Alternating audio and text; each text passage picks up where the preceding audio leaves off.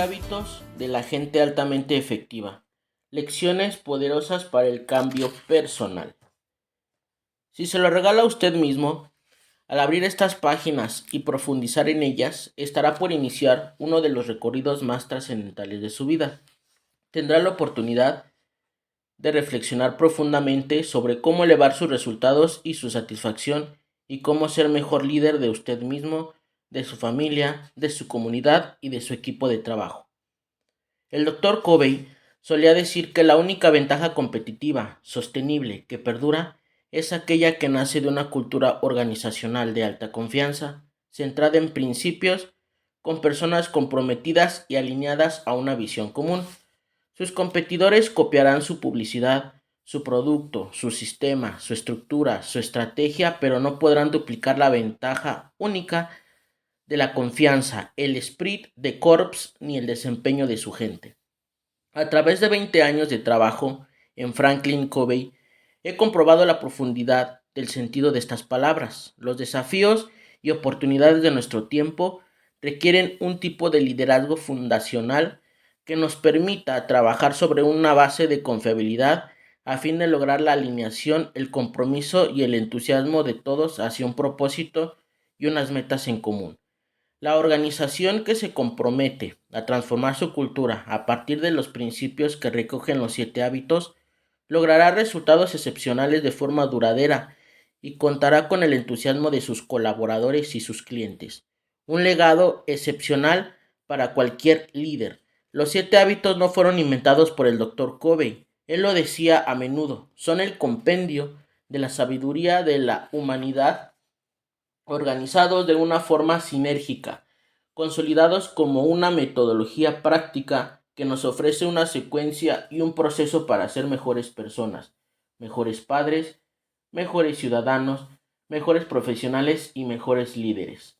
No puede existir una organización altamente efectiva sin personas altamente efectivas.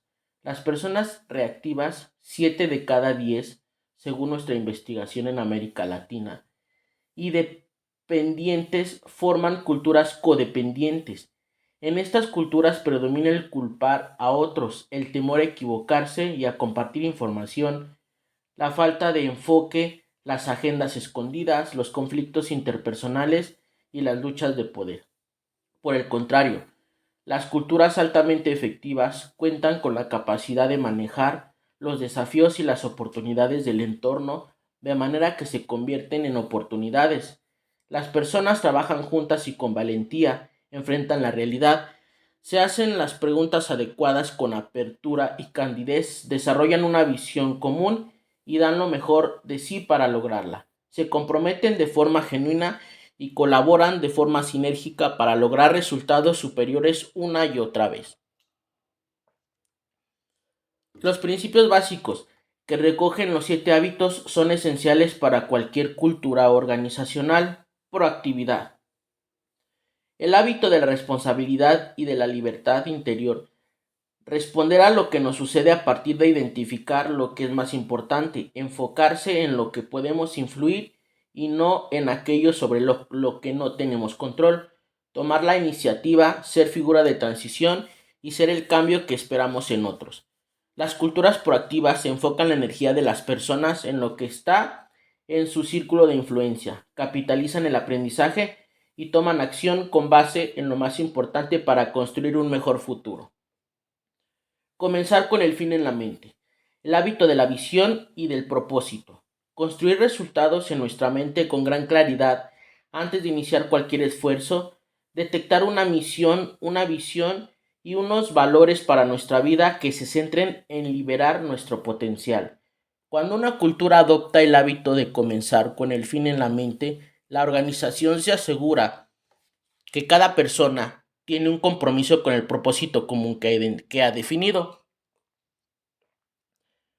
Los valores son reales códigos de conducta y la visión se convierte en una guía para tomar decisiones, tanto estratégicas como cotidianas. Una cultura así involucra a las personas y las inspira a dar lo mejor de sí. Poner primero lo primero. El hábito de la realización y la jerarquización. Invertir nuestra energía y nuestros recursos en aquellas cosas que realmente harán la diferencia y que están alineadas con nuestra misión, nuestra visión y nuestros valores.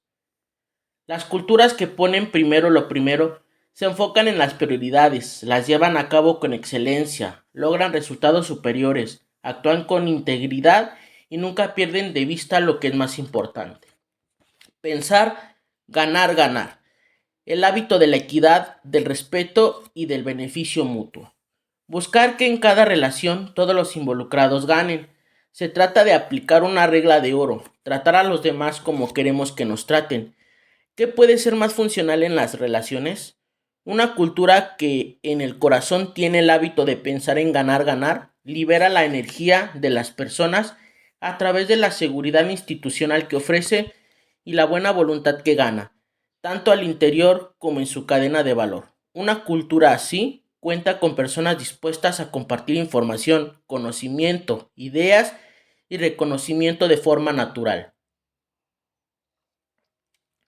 Buscar primero entender para luego ser entendidos. El hábito de la empatía y de la comunicación efectiva. Invertir el tiempo para entender genuinamente a otros con profundidad, tanto en el contenido como en el contexto y en las emociones para luego comunicar su perspectiva con el lenguaje de la persona, su sistema de valores, sus prioridades, su perspectiva.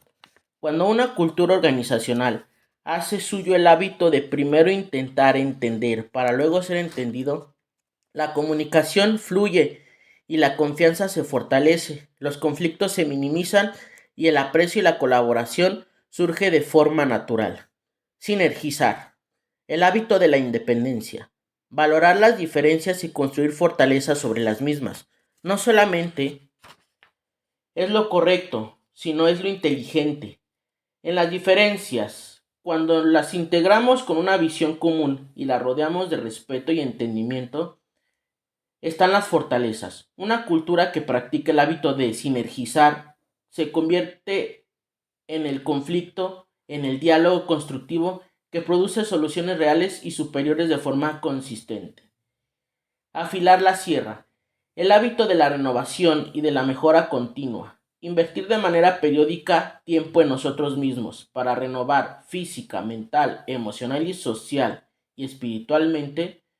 Una cultura que afila la sierra cuenta con personas llenas de energía y propósito que innovan y mejoran consistentemente lo que hacen. El doctor Covey estaba convencido de que una persona podría ser un catalizador en cualquier situación, que una persona podía ser levadura que eleva una hogaza de pan entera, y no se equivocaba. En 20 años he podido observar cómo personas proactivas que han invertido en equilibrar determinación en consideración han logrado mover equipos, organizaciones y sociedades enteras. Esta es la dimensión del poder que cada uno tiene dentro de sí y que cada uno puede desarrollar mediante la adopción de los 7 hábitos. Personalmente, he comprobado que en la aplicación de los principios que capturan los 7 hábitos está la base que nuestros equipos, nuestras organizaciones y nuestras sociedades necesitan para liberar el gran potencial que contienen. Nuestra investigación en Latinoamérica revela que el 70% de las personas consideran que en su organización las personas tienen mucho más talento, inteligencia, capacidad y creatividad de lo que su trabajo requiere o de lo que se les permite poner en práctica. Esto representa una oportunidad gigantesca para quienes estén dispuestos a capitalizarla y con los 7 hábitos literalmente tienen la clave. Ya sea una escuela, una empresa, una entidad gubernamental o una organización no gubernamental, una familia o una comunidad, la práctica de los 7 hábitos integra la base para la interdependencia efectiva sustentada en la libertad personal.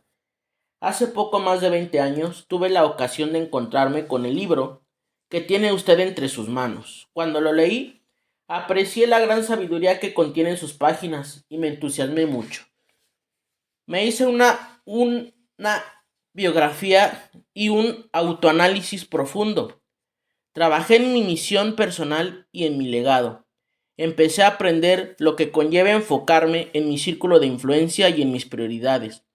Comencé a hacer los cambios en mí que me ayudarían a fortalecer mis relaciones y a lograr mejores resultados. Comencé un gran trayecto de crecimiento a título personal.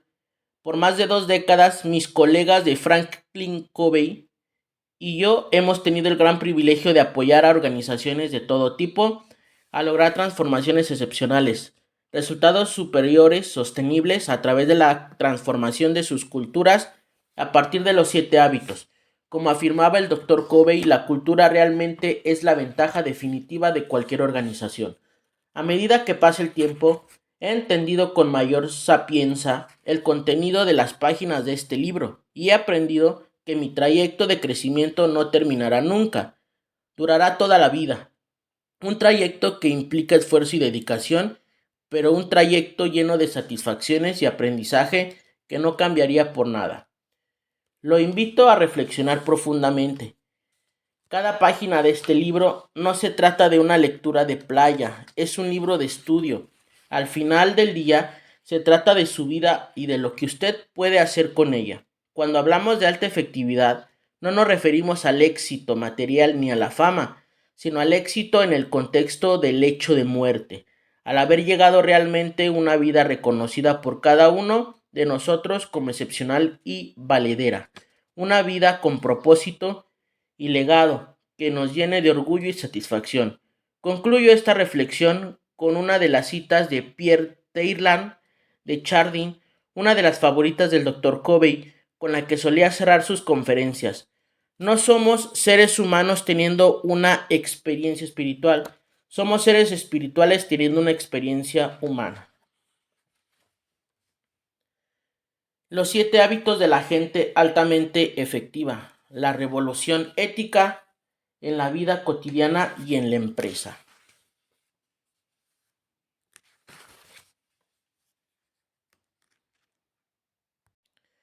Conocí a Covey en 2001, cuando me pidió que nos viésemos para hablar sobre algunas ideas. Tras recibirme muy amigablemente, su acogedor apretón de manos fue como el agradable tacto de la piel de un guante que uno se ha puesto innumerables veces. Nos enfrascamos en una conversación que duró 2 horas. Stephen comenzó haciendo preguntas, muchas preguntas. Tenía ante mí un maestro excepcional, uno de los pensadores más influyentes del momento, que mostraba interés por aprender de alguien 25 años más joven que él. Como la conversación se presentaba para mí la oportunidad de satisfacer mi propia curiosidad, pregunté: ¿dónde proceden las ideas recopiladas en los 7 hábitos? De ningún sitio, contestó. ¿Cómo es posible?, pregunté. ¿Usted escribió el libro? Sí, así es. Yo escribí el libro, pero conocía los principios hacía mucho tiempo. Se trata más bien de leyes naturales, prosiguió. Lo único que hice fue reunirlos y sintetizarlos para la gente. En ese momento comencé a entender la razón del enorme impacto de su libro. Covey dedicó más de 30 años a estudiar, practicar, enseñar y perfeccionar lo que en último término plasmaría en estas páginas. No se atribuía a sí mismo el mérito de los principios, solo lo guiaba la intención de enseñarlos y hacerlos accesibles a todo el mundo. Para él, el principal propósito de escribir los 7 hábitos no fue obtener el éxito personal, sino constituía un acto de servicio a los demás. Cuando Bob Whitman, jefe ejecutivo de Franklin Covey, me llamó para preguntarme si podía escribir un prólogo a la edición del 25 aniversario de los 7 hábitos de la gente altamente efectiva, mi primera reacción fue releer la obra, cuya primera lectura había hecho poco después de su publicación allá por el año de 1989. Y fue un auténtico placer reanudar el contacto con su mensaje. Quería, además, calibrar de nuevo lo que ha convertido este libro en un clásico imperecedero. A mi entender, los 4 factores que han contribuido a su singular grandeza son: Covey creó una interfaz de usuario organizado en un marco conceptual coherente de acceso perfectamente simplificado por su impresionante estilo personal. Covey se centró en principios intemporales y no en simples técnicas o modas pasajeras. Covey escribió fundamentalmente sobre cómo contribuir el carácter, no sobre cómo lograr el éxito, con cual ayudó a gente no solo a ser más efectiva, sino a ser mejores líderes. Covey era un profesor de máximo nivel humilde, conocedor de sus propias carencias, pero decidió,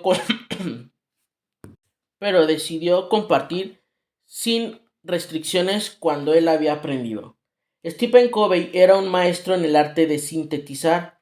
Para mí lo que realizó en cuanto a efectividad personal es análogo a lo que representa en el ámbito de las computadoras personales la interfaz gráfica para el usuario. Antes de Apple y Microsoft, estaba al alcance de pocos incorporar la computadora a la vida cotidiana. No existía una interfaz de usuario de fácil manejo, no había mouse, ni cursores, ni iconos agradables, ni ventanas superpuestas en la pantalla, y no digamos ya pantallas táctiles.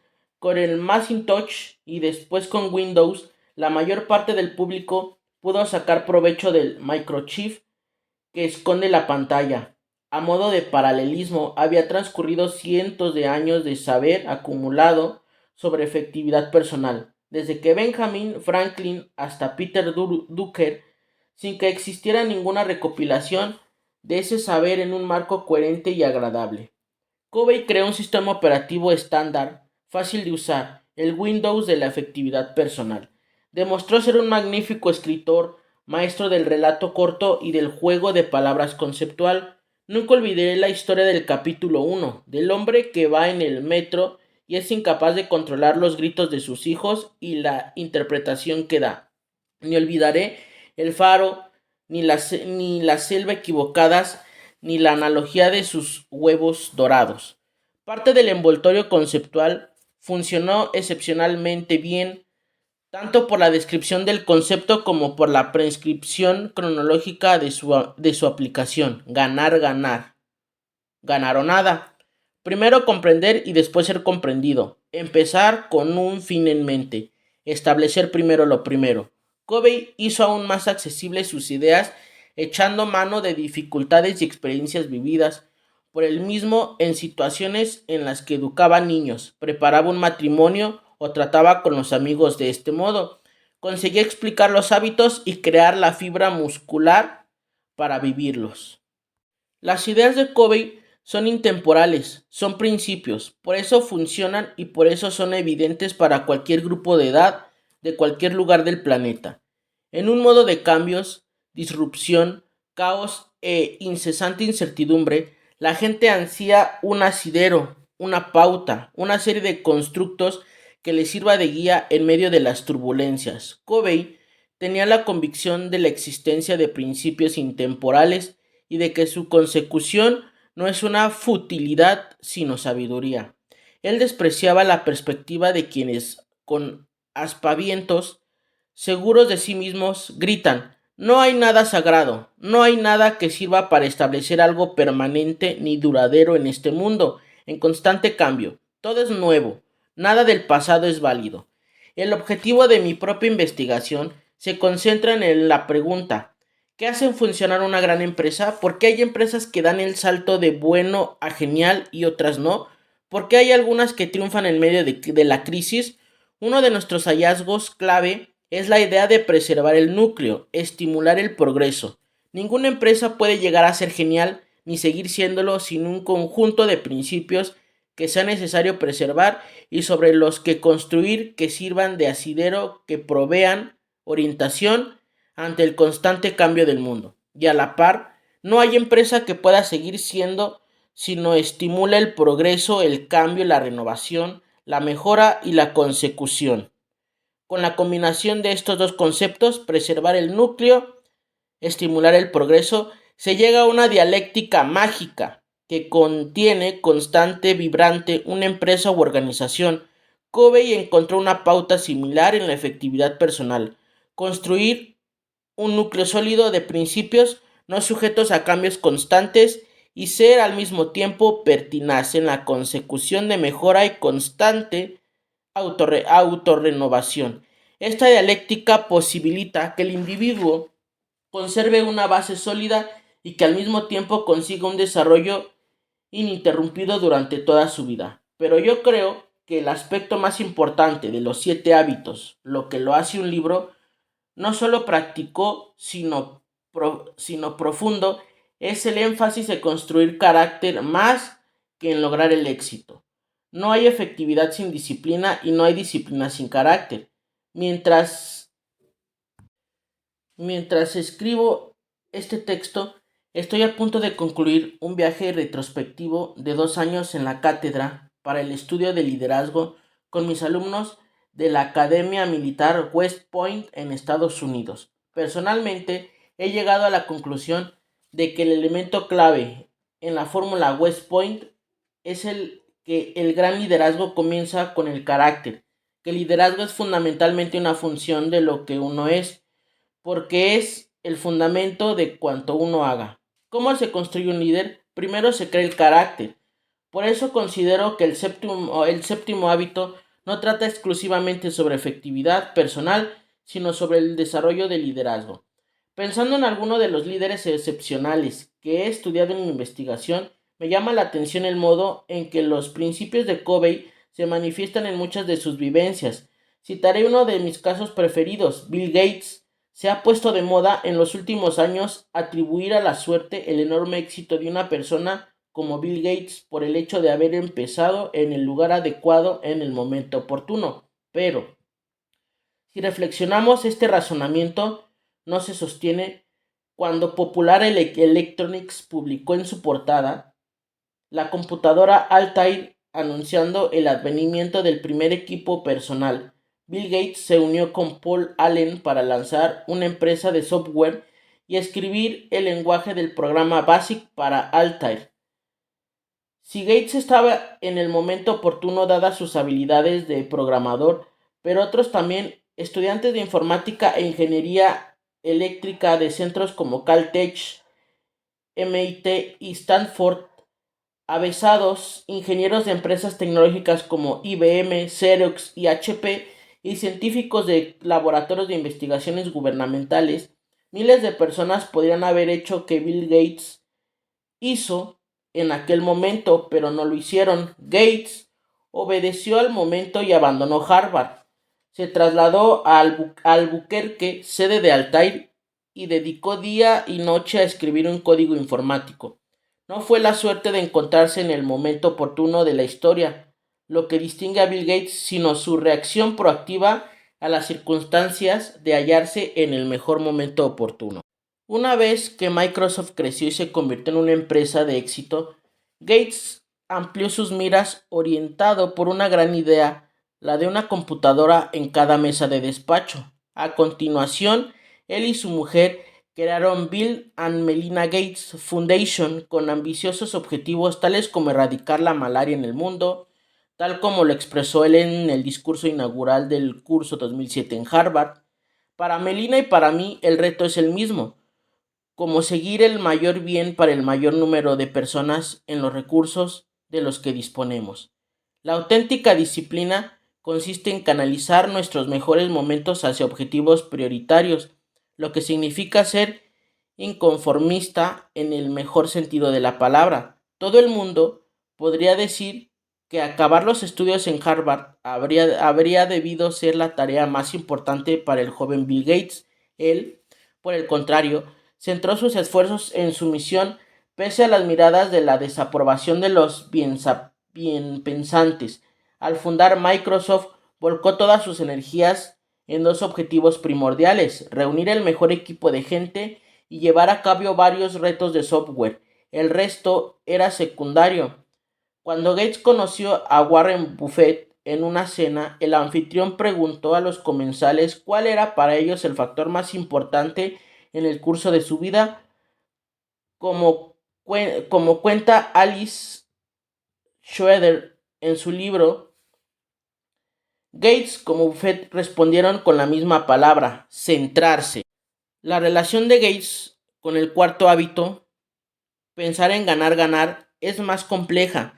A primera vista, Gates parece un carácter ganador, perdedor, un fiero combatiente que teme tanto los posibles ataques a los flancos de una empresa que escribió un memorándum de pesadilla, exponiendo todos los escenarios en los que Microsoft podría hundirse. En la carrera por estándares industriales solo quedaría un reducido grupo de grandes ganadores y muchos perdedores, y la única intención de Gates era que Microsoft fuese uno de los grandes ganadores. Pero, si nos fijamos más, observaremos que obró magistralmente reuniendo una coalición de fuerzas complementarias para lograr su gran sueño. Gates comprendió que Microsoft necesitaba complementar sus fuerzas con fuerzas externas de Intel, con sus microprocesadores y de fabricantes de ordenadores personales como IBM y Dell. No por ello dejó de ser equitativo, y cuando Microsoft ganó la partida, los empleados de la empresa también salieron beneficiados. Demostró además una notable habilidad para complementar fuerzas personales con fuerzas ajenas, especialmente con su amigo, socio y alter ego Steve Ballmer.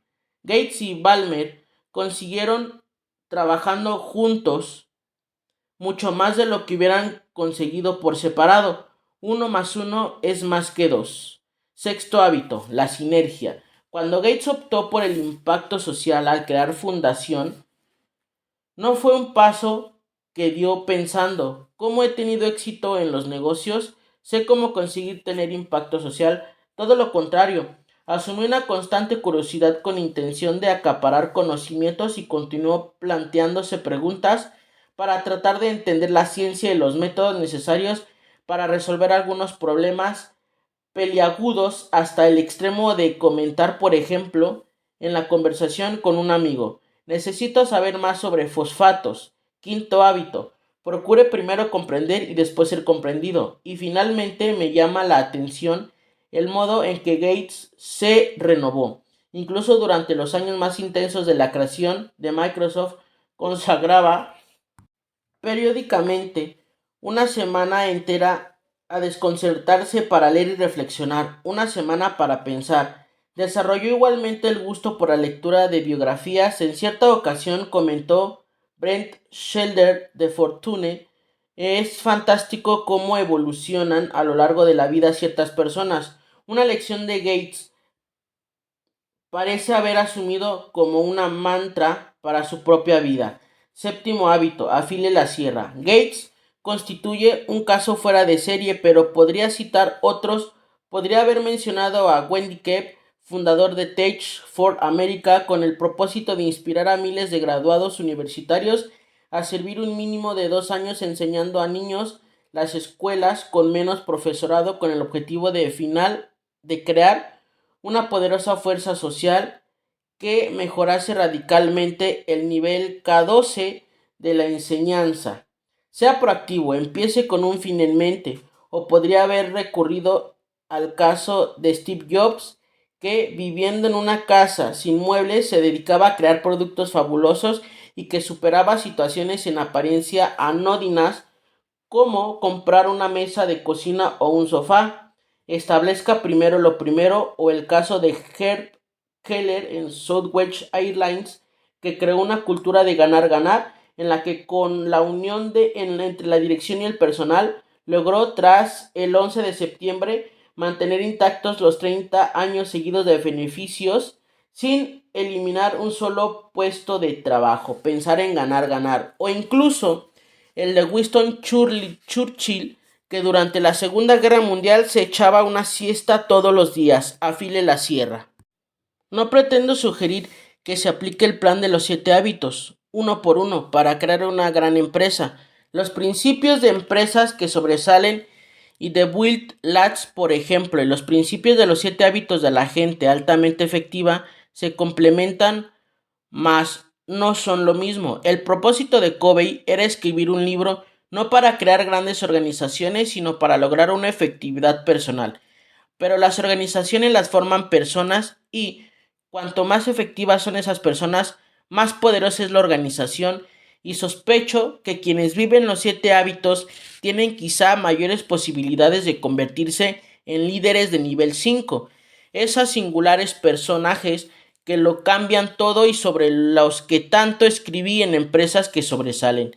En los líderes de nivel 5 se da una mezcla paradójicamente de humildad personal y voluntad profesional. Son personas que canalizan su energía, impulso, creatividad y disciplina hacia algo mayor y más duradero que ellas mismas. Son ambiciosos, desde luego, pero con miras a algo más allá de sí mismos, ya sea dar vida a una gran empresa, cambiar el mundo o crear algo importante, que nada tiene que ver con ellos en última instancia. Uno de los elementos más importantes para que una gran empresa no pierda su grandeza radica en una simple cuestión: ¿cuál es la verdad respecto a las motivaciones interiores, el carácter y las ambiciones de quienes ostentan el poder? Sus verdaderas motivaciones internas se reflejarán indefectiblemente en sus decisiones y acciones, si no inmediatamente, si con el tiempo y desde luego en situaciones de presión, digan lo que digan o simulen. Y con esto se cierra el círculo sobre uno de los principios fundamentales del marco de Covey. Primero hay que construir el propio carácter. La victoria pública o social está subordinada a la victoria privada personal. Y esto me lleva al propio Stephen Covey en su condición de maestro de nivel 5. A lo largo de su portentosa carrera, Covey mostró una extraordinaria humildad en relación con su repercusión e influencia unida a una indomable voluntad de ayudar a la gente a comprender sus ideas. Él estaba convencido de que el mundo sería un lugar mejor si la gente viviera los 7 hábitos, una convicción que recorre las páginas de su libro. En su condición de maestro de nivel 5, Stephen Covey hizo cuanto pudo como ser humano para vivir lo que enseñaba. Decía que en lo que él personalmente más se esforzaba era en el 5.º hábito: procure primero comprender y después ser comprendido. Gran ironía, ya que antes de escribir el libro se embarcó en un viaje intelectual de varias décadas para adquirir entendimiento. Fue antes que nada y sobre todo un alumno que se convirtió en maestro y después en maestro que aprendió a escribir y de ese modo convirtió en duraderas enseñanzas. En el segundo hábito, Stephen nos plantea el reto de imaginar nuestro propio funeral y pensar qué es lo que le gustaría que dijeran de usted y de su vida, qué carácter le gustaría que hubieran visto de usted, qué aportaciones, qué logros le gustaría que recordasen de usted. Sospecho que estaría muy complacido en su caso concreto. Nadie vive eternamente, pero los libros y las ideas perduran. Al abordar la lectura de estas páginas, emprenderá un viaje con el Stephen Covey en el culmen de su poder.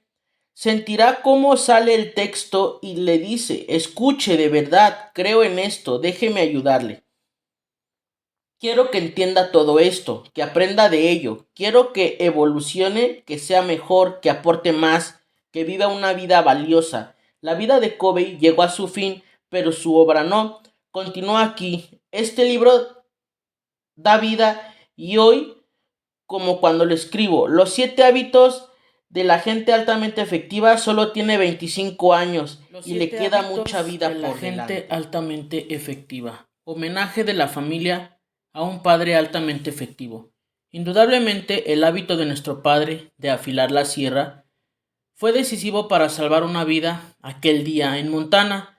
Siendo niños, fuimos con frecuencia testigos de lo que él llamaba ganar la victoria personal diaria. Meditar por la mañana temprano, leer sus escritos y realizar ejercicio físico.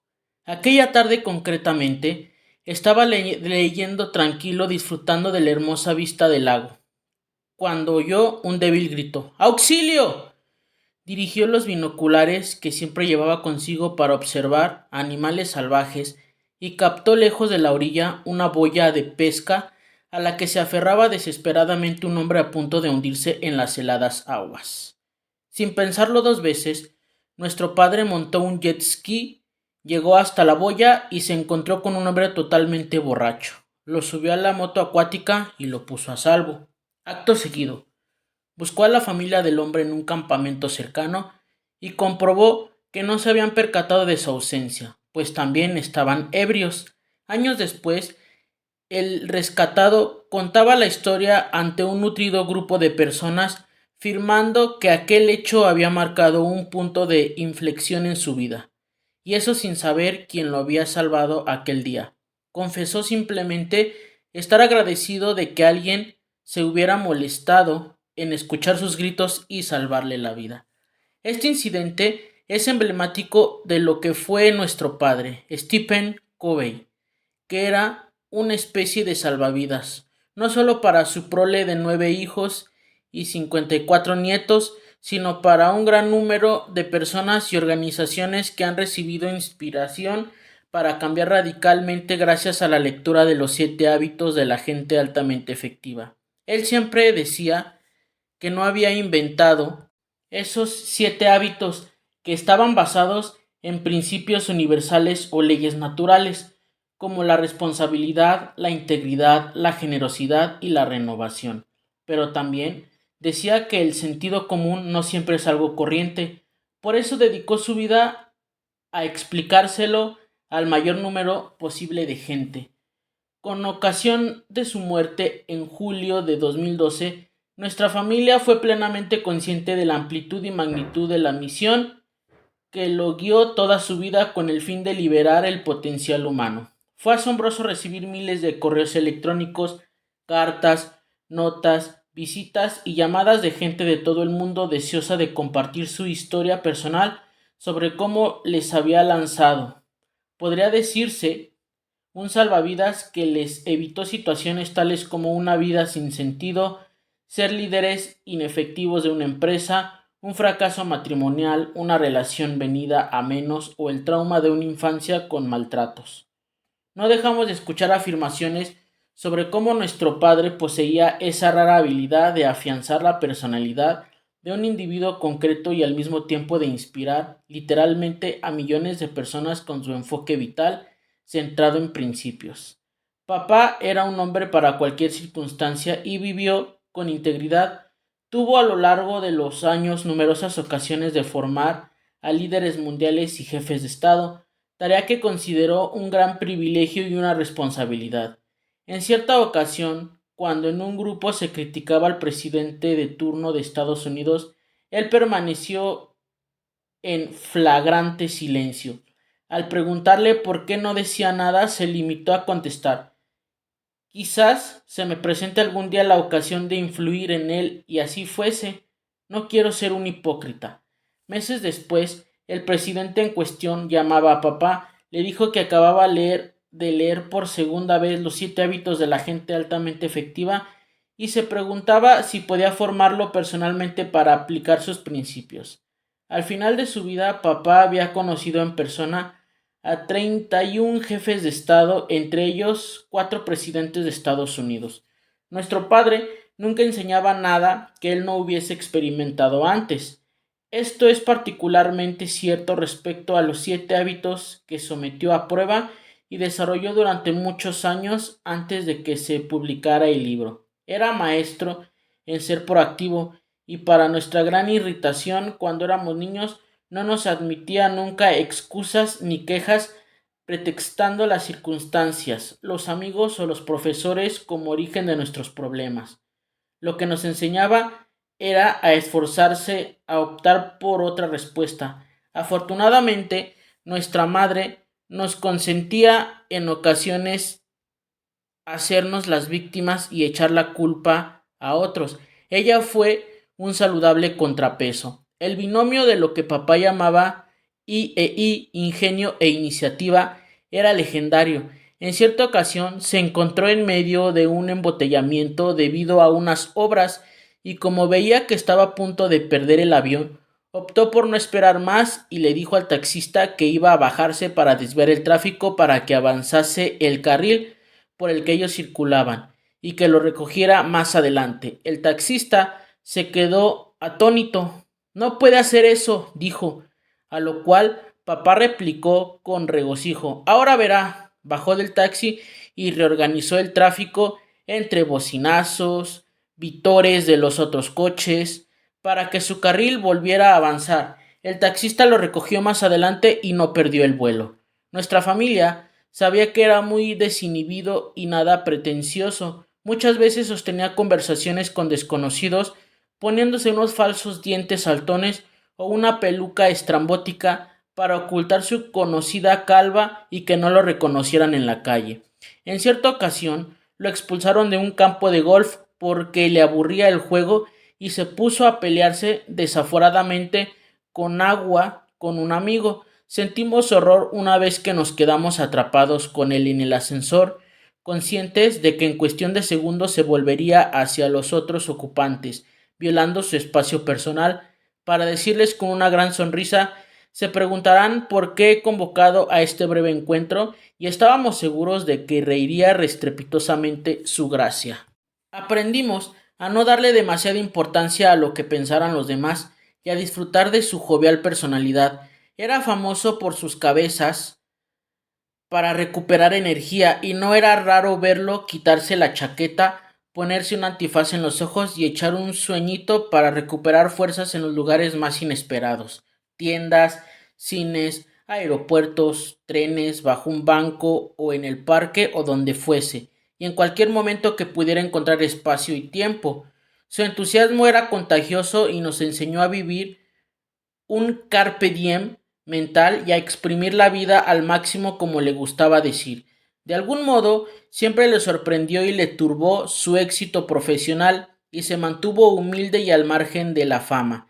Él se veía como un mayordomo del gran trabajo que realizaba, atribuyendo siempre el mérito a los demás y a Dios. Nunca se avergonzó de sus valores ni de su fe y creía que si Dios era el centro de la vida de uno, todos los demás se reducía a hallar el lugar que cada cual le corresponde. Nos enseñó que a la postre la única manera de conservar el éxito como individuo o como organización es viviendo de acuerdo con principios atemporales. Nuestro padre se dedicó con tesón a poner en práctica lo que predicaba y muchas veces se lamentaba ante nosotros cuando no daba la talla, diciéndonos: hijo, perdona que me enfadara contigo, o cariño, he sido poco amable, ¿qué puedo hacer para compensarlo? La gente solía preguntarnos de niños cómo era vivir con él, porque no concebían que fuese tan bueno como parecía. Aunque distaba mucho de ser perfecto y se esforzaba por ser paciente en los embotellamientos o mientras mamá acababa de arreglarse, no había una brecha visible entre lo que enseñaba y nuestro modo de vivir. Era quien uno pensaba y esperaba que fuese.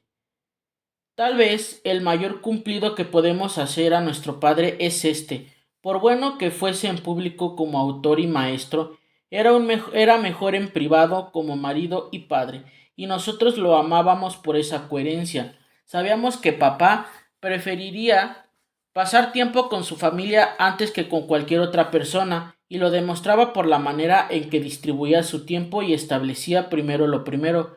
Aunque viajaba mucho por sus incesantes compromisos, en raras ocasiones tuvo ausente en los actos verdaderamente importantes para nosotros, como un cumpleaños o un partido de béisbol planeado, a veces con 2 años de anticipación.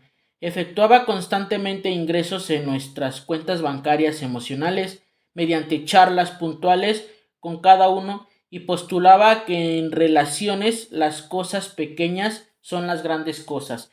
Era magistral en elegir el momento didáctico oportuno y aplicaba verdaderos principios a cualquier cosa que hiciésemos, animándonos a adoptar decisiones basadas en nuestros valores y no en el que sentíamos en aquel momento. Nos enseñó, por ejemplo, que la vida es una misión y no una carrera, y que podíamos hallar la auténtica felicidad en el servicio de los demás. Papá adoraba a nuestra madre Sandra y con ello vivió una magnífica relación durante 56 años. Varias veces por semana cumplían el ritual de verse, daban una vuelta en una moto Honda a velocidad reducida para poder hablar, disfrutando a la vez del paisaje y de estar juntos. Se llamaban por teléfono 2 o 3 veces al día, aun cuando él estuviera de viaje, y hablaban de cualquier tema imaginable, como política, grandes libros o educación infantil.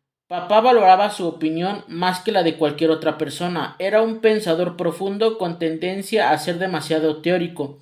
Pero mamá era una excelente caja de resonancia que lo ayudaba a simplificar y hacer práctico su material diciéndole: "Oh, Stephen, eso es muy complicado. Nadie entenderá de qué hablas. Simplifícalo y cuenta más historias". A él le encantaba la retroalimentación. Ahora que nosotros ya tenemos hijos, nos maravilla su relación ganar-ganar y nos hace pensar en el modo en que ellos gozaban de aquella vida feliz en común. Papá daba una preciosa definición de liderazgo. Enseñaba que liderazgo es comunicar la valía y el potencial de los demás con tanta claridad que se inspiren para verlo en ellos mismos. Cuando murió un hombre que se había criado en circunstancias muy duras, nos envió este mensaje que resume lo que él pretendía. Quiero que su familia sepa que conservo la cinta de 20 minutos de afirmación que me grabó hace 30 años, en la que, entre otras cosas, me decía que Dios me amaba, que iría a la universidad y que algún día tendría una familia propia. Lo he escuchado una y otra vez estos 30 años y he llegado a conseguir todo lo que él vio en mí. Sin él no sería lo que soy. Gracias. En este importante aniversario de los 7 hábitos de la gente altamente efectiva, cuando recibamos tantos reconocimientos y sabemos de millones de vidas y miles de organizaciones que han influido en este libro, los hijos de Stephen Covey deseamos rendir tributo a un padre altamente efectivo, del mismo modo que hace años él rescató a un hombre a punto de ahogarse. Estamos convencidos de que su vida y sus palabras continuarán cuando, a modo de salvavidas para ustedes y sus familias, su equipo, su organización y otras muchas personas y causas. En el mundo turbulento en el que hoy vivimos, creemos que los principios intemporales de los 7 hábitos son más relevantes que nunca y que el mensaje e impacto de los 7 hábitos no acaba sino de comenzar. Siempre estaremos agradecidos por haber tenido un padre y un papá, como solían llamarlo sus nietos, extraordinario. Su legado vive ahora en nosotros y en quienes han sido influenciados por su magnífico espíritu y sus aspiradoras enseñanzas para que vivan una vida de integridad que aporte algo al mundo y lo cambie, y esté a la altura de la grandeza que todos llevamos dentro. Atentamente, sus hijos. El mundo ha cambiado profundamente desde la publicación de los 7 hábitos de la gente altamente efectiva. La vida es hoy más compleja, más estresante, más exigente. Hemos pasado de la era industrial a la era de la información y del trabajador del reconocimiento, con todas sus profundas consecuencias. En nuestra vida personal, en nuestras familias y en nuestras organizaciones afrontamos problemas y retos inimaginables hace tan solo 1 o 2 décadas. Estos retos son de una magnitud desconocida y de un tipo completamente distinto. Estos cambios tan drásticos en la sociedad y los vaivenes en el mercado global digitalizado suscitan una pregunta muy importante que me hacen a menudo: ¿los 7 hábitos de la gente altamente efectiva siguen siendo válidos en la actualidad? Y a continuación, ¿serán válidos dentro de 10, 20, 50 o 100 años? Y mi respuesta es: cuanto, cuanto mayor es el cambio y cuantos más difíciles son nuestros retos, más valiosos son los 7 hábitos. Y es que nuestros problemas y nuestro dolor son universales y crecientes, y las soluciones a los problemas se basan y siempre se basarán en principios universales, eternos y evidentes, comunes a todas las sociedades prósperas y duraderos a lo largo de la historia. Yo no los he inventado ni los reivindico como mérito propio, simplemente los he identificado y organizado en un marco secuencial. Una de las lecciones más profundas de mi vida es la siguiente: si quiere lograr sus más altas aspiraciones y superar sus mayores retos, identifique y aplique el principio o la ley natural que gobierna los resultados que busca. La forma concreta de aplicar un principio varía dependiendo de nuestra propia fuerza, de nuestro talento y de nuestra creatividad. Pero, en última instancia, el éxito de cualquier esfuerzo depende siempre de hacer las cosas con armonía con los principios asociados al éxito. Son muchos los que no piensan así, al menos conscientemente. De hecho, descubrirá que las soluciones inspiradas en principios son radicalmente opuestas a las prácticas y formas de pensar más habituales de nuestra cultura popular. Ilustraré la oposición que expongo enumerando algunos de nuestros retos humanos más comunes. El miedo y la inseguridad. Hoy son muchas las personas atenazadas por la sensación de miedo, miedo al futuro. Se sienten vulnerables en su puesto de trabajo, temen perder su empleo y los medios para sustentar a su familia. Esta vulnerabilidad suele alimentar la resignación a una vida sin riesgos, a la codependencia en el trabajo y en casa. La respuesta común de nuestra cultura está en este problema, es fomentar e incrementar nuestra independencia. Voy a centrarme en mí y en lo mío. Haré mi trabajo lo mejor que pueda y fuera del trabajo me dedicaré a lo que realmente me gusta. La independencia es un valor y un logro importante, incluso vital. El problema es que vivimos en una realidad interdependiente y para alcanzar nuestros objetivos más importantes se precisan aptitudes y capacidades de interdependencia que superan nuestra experiencia actual. Lo quiero ahora. La gente quiere cosas y las quiere ya. Quiero dinero. Quiero una casa grande y bonita, un buen coche, un centro de entretenimiento mayor y mejor. Lo quiero todo y además me lo merezco. Aunque la sociedad actual de la tarjeta de crédito facilita el tener ahora y pagar más tarde, las realidades económicas acaban por imponerse y nos recuerdan a veces dolorosamente que los bienes que compramos no pueden sobrepasar nuestra capacidad actual de producir. Las exigencias del interés son implacables e inexorables. Ya no basta con trabajar duramente, con la vertiginosa velocidad de los cambios tecnológicos y la creciente competencia impulsada por la globalización de los mercados y de la tecnología. Tenemos que educarnos y reeducarnos constantemente y reinventarnos. Tenemos que desarrollar nuestra mente, agudizarla e invertir continuamente en el desarrollo de nuestras capacidades para evitar perder el tren. En el trabajo, los jefes quieren resultados por una buena razón. La competencia es feroz, está en juego la supervivencia. La realidad que actualmente se impone y que obedece a las exigencias del capital es la necesidad de producir hoy. Por el auténtico mantra del éxito es la sostenibilidad y el crecimiento. Quizá consiga cuadrar las cuentas a final del mes, pero la auténtica cuestión es, invierte lo necesario para sustentar e incrementar ese éxito dentro de 5 y 10 años. Nuestra cultura y Wall Street exigen resultados ahora, pero el principio de equilibrio entre la necesidad de afrontar las exigencias de hoy y la necesidad de invertir en aquellas capacidades susceptibles de asegurar el éxito de mañana es inevitable. Lo mismo es válido en cuanto a nuestra salud, nuestro matrimonio, nuestras relaciones familiares y nuestras necesidades sociales. Culpa y victimismo. Cuando se enfrente a un problema, hallará por lo general el estigma de la culpa. La sociedad es adicta a asumir el papel de víctima. Si mi jefe no fuera un idiota que lo quiere controlar todo, si no hubiera nacido tan pobre, si viviera en el lugar mejor, si no hubiera heredado ese mal genio de mi padre, si mis hijos no fueran tan rebeldes, si en este momento otro departamento no entorpeciera continuamente los proyectos, si no trabajáramos en una industria en declive, si nuestra gente no fuera tan holgazana y tan poco comprendedora, si mi mujer no fuera más comprensiva, si culpar a los demás y al entorno de nuestros problemas y dificultades puede convertirse en una norma, puede atenuar temporalmente nuestro dolor, pero al mismo tiempo nos encadena a esos mismos problemas. Muéstrenme a alguien que sea lo suficientemente humilde para aceptar y asumir la responsabilidad de sus circunstancias y lo bastante valiente para tomar las iniciativas que sean necesarias para afrontar creativamente la solución a estos retos y les demostraré el supremo poder de la elección. Desesperanza.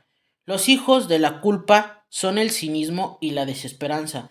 Cuando sucumbimos a la creencia de que somos víctimas de nuestras circunstancias y nos dejamos vencer por el determinismo, perdemos esperanza. perdemos espunje y nos abandonamos a la resignación y a la parálisis. Soy un peón, una marioneta, un diente de la rueda, y no puedo hacer nada al respecto. Dígame lo que debo hacer. Hay mucha gente brillante y con talento que se siente así y que acaba hundida en el desánimo y en la depresión. La respuesta de la cultura popular para poder sobrevivir es el cinismo. Reduce tus expectativas en la vida para que nada ni nadie te defraude. El principio contrario de crecimiento y esperanza que observamos a lo largo de la historia es el descubrimiento de que yo soy la fuerza creativa de mi vida. Falta de equilibrio existencial. La vida en nuestra sociedad del teléfono celular es cada vez más compleja, estresante y absolutamente agotadora.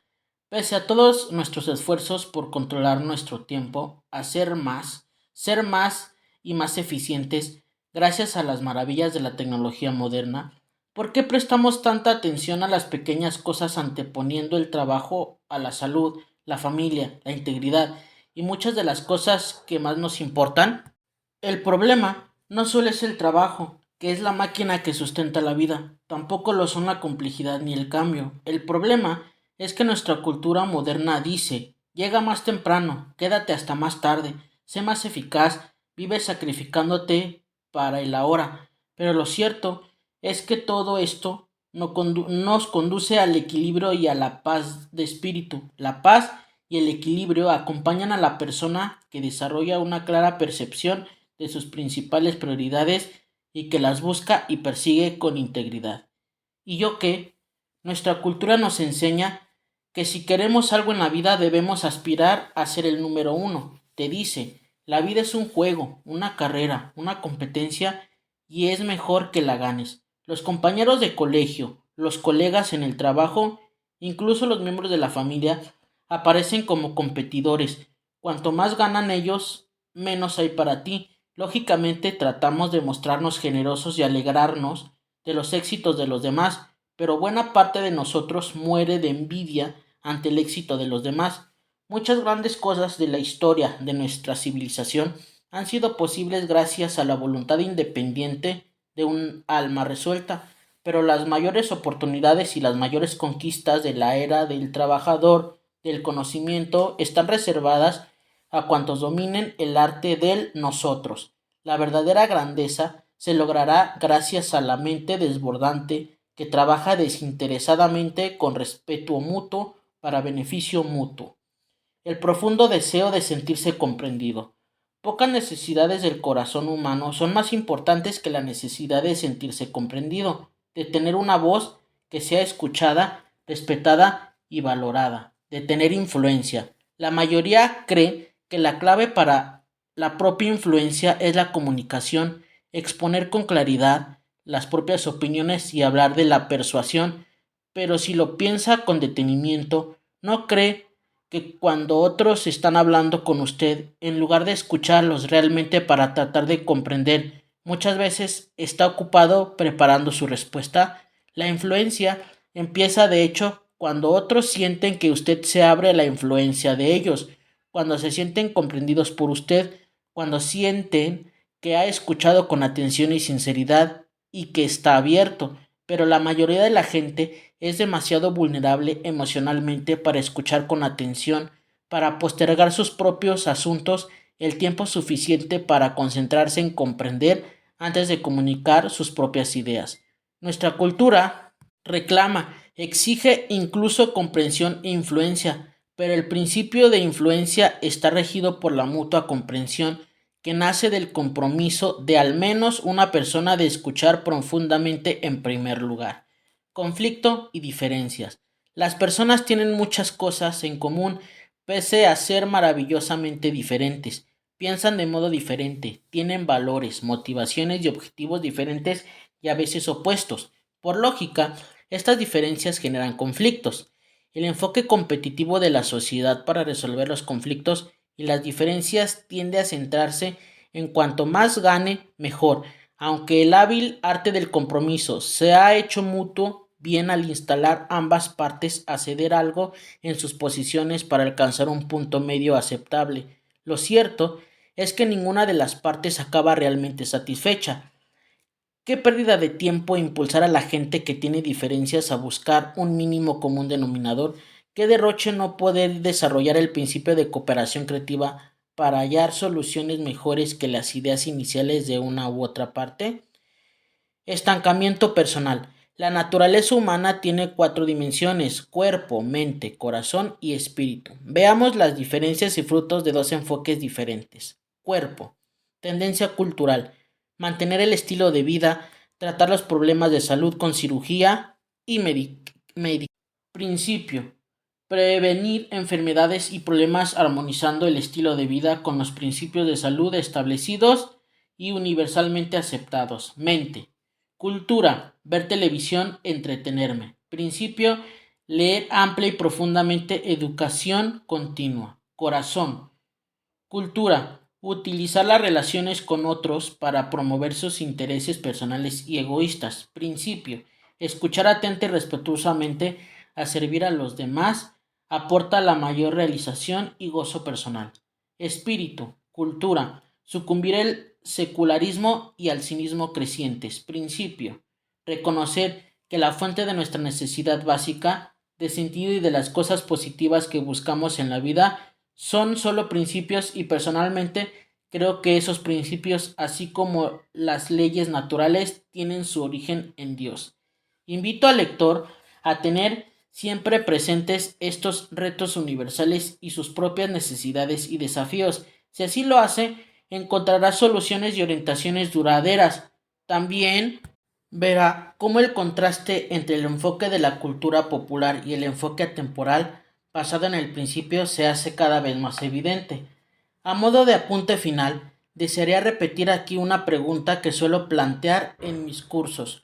¿Cuántas personas en su lecho de muerte desearían haber pasado más tiempo en la oficina o mirando la televisión? La respuesta es ninguna. Piensan en sus seres queridos, en sus familias y en las personas por las que han trabajado. Incluso el gran psicólogo Abraham Maslow, al final de su vida, citó la felicidad y la plenitud y las contribuciones a la posteridad por delante de su autorrealización, la primera necesidad de su famosa jerarquía de necesidades la llamó autotrascendencia. También es mi caso. El impacto mayor y más satisfactorio de los principios encarnados en los 7 hábitos se revela en la vida de mis hijos y de mis nietos. Por ejemplo, mi nieta de 19 años, Shannon, se sintió llamada a servir a los huérfanos de Rumania y nos escribió a Sandra y a mí contándonos una epifanía después de que un niño enfermo se levantara y se abrazase a ella. En ese momento, Shannon se dijo: no quiero seguir viviendo una vida egoísta, tengo que dedicar mi vida a los demás. Mientras escribo estas líneas, ella ha vuelto a Rumania y continúa ayudando a la gente. Todos nuestros hijos están casados y con sus cónyuges. Han desarrollado el enunciado de una misión basándose en principios y centrándose en el servicio de los demás. Ver cómo viven tales misiones nos llena de alegría de cara a la posteridad. Cuando inicié la lectura de los 7 hábitos de la gente altamente efectiva, le prometo que constituirá una estimulante experiencia de aprendizaje, pero lo más importante es que empiece a aplicar lo que vaya aprendiendo. Recuerde, aprender y no hacer realmente aprender. Saber y no hacer no es realmente saber. Personalmente he descubierto que vivir los 7 hábitos es una lucha constante, sobre todo porque cuanto mayor se vuelve uno, más cambia la naturaleza misma del reto. Es exactamente igual que esquiar, jugar golf, al tenis o practicar algún otro deporte, y porque trabajo y lucho sinceramente cada día para vivir estos principios encarnados en hábitos, me uno con todo afecto a usted en esta aventura. Stephen Covey, los 7 hábitos de la gente altamente efectiva. Agradecimientos. La interdependencia es un valor superior a la independencia. Esta obra es el producto sinérgico de muchas mentes. Comenzó a mediados de la década de 1970 como parte de un programa doctoral donde empecé a revisar la literatura acerca del éxito de los últimos 200 años. Agradezco la inspiración y la sabiduría de muchos pensadores y también debo dar gracias a las fuentes y raíces transgeneracionales de esa sabiduría. Doy gracias asimismo a numerosos estudiantes, amigos y colegas de Brigham Young University de Covey and Associations y a miles de adultos, padres, jóvenes, ejecutivos, maestros y otros clientes que examinaron este material y me proporcionaron retroalimentación y aliento. Tanto el conocimiento como su orden fueron evolucionando poco a poco, inculcando en quienes estaban sincera y profundamente inmersos en él, la convicción de que los 7 hábitos representan un enfoque integral de la efectividad personal e intrapersonal y de que la verdadera clave no reside en los hábitos considerados por separado, sino en la relación entre ellos y en sus secuencias. Experimento un profundo sentimiento de gratitud por el desarrollo y la producción del libro en sí, para con Sandra y todos nuestros hijos y sus cónyuges, por vivir esas vidas de integridad y servicio y por respaldarme en mis muchos viajes y compromisos fuera del hogar. Es fácil enseñar principios que los seres queridos se atreven a vivir por sí mismos. Para con mi hermano John, por su amor, interés e intuiciones constantes y por su pureza de alma. Para con la feliz memoria de mi padre, para con mi madre por su devoción a sus 87 descendientes vivos y por sus frecuentes muestras de amor. Para con mis queridos amigos y colegas de los negocios, en especial Bill Murray, Ron Macmillan y Lex Watterson, por sus comentarios, su aliento, sus sugerencias editoriales y su ayuda en la producción del libro. Para con Brad Anderson, quien con gran sacrificio personal elaboró durante más de un año un programa de 7 hábitos, confeccionando en video. Bajo su liderazgo el material se puso a prueba y se refinó, siendo experimentado por millares de personas en una amplia gama de organizaciones. Después de tomar contacto con él, nuestros clientes desean hacer llegar este material a una mayor cantidad de empleados, reforzando de este modo nuestra confianza en sus resultados. Para con Bob Tell, por ayudarnos a crear un sistema de nuestra empresa que me procuró la tranquilidad mental necesaria para concentrarme realmente en el libro.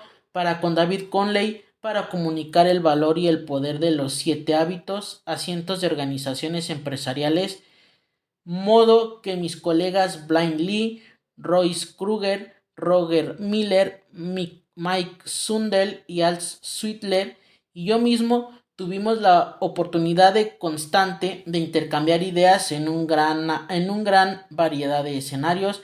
Para con mi dinámico agente literario Jan Miller, mi asociado Kandu Grenling y su asistente Stephanie Smith, y para Rein Bertram Wadlin por su recreativo y osado liderazgo en el control del mercado. Para con mi asesor editorial de Simon & Schuster, Bob Ashina, para su competencia profesional y el modo en que condujo el proyecto, para sus múltiples y excelentes sugerencias y por ayudarme a comprender mejor la diferencia que hay entre hablar y escribir. Para con mis primeras y devotas ayudantes Shirley y Hadler Smith, y para con mi asistente actual Marilyn Andrews por la lealtad de la magnitud inusual. Para con nuestro editor ejecutivo Ken Shelton por haber compilado el primer manuscrito hace ya años para ayudar a examinar y perfeccionar el material en diversos contextos y por su integridad y sentido de la calidad. Para con Rebecca Merley por su invalorable asistencia en el trabajo editorial y de producción, por su compromiso íntimo con el material y por su aptitud, sensibilidad y cuidado derivados de ese compromiso. También para con su esposo Roger por su sabia ayuda sinérgica. Para Kai Swin y su hijo Lloyd por su muy apreciada visión, la cual contribuyó al crecimiento rápido de nuestra organización. Los 7 hábitos de la gente altamente efectiva.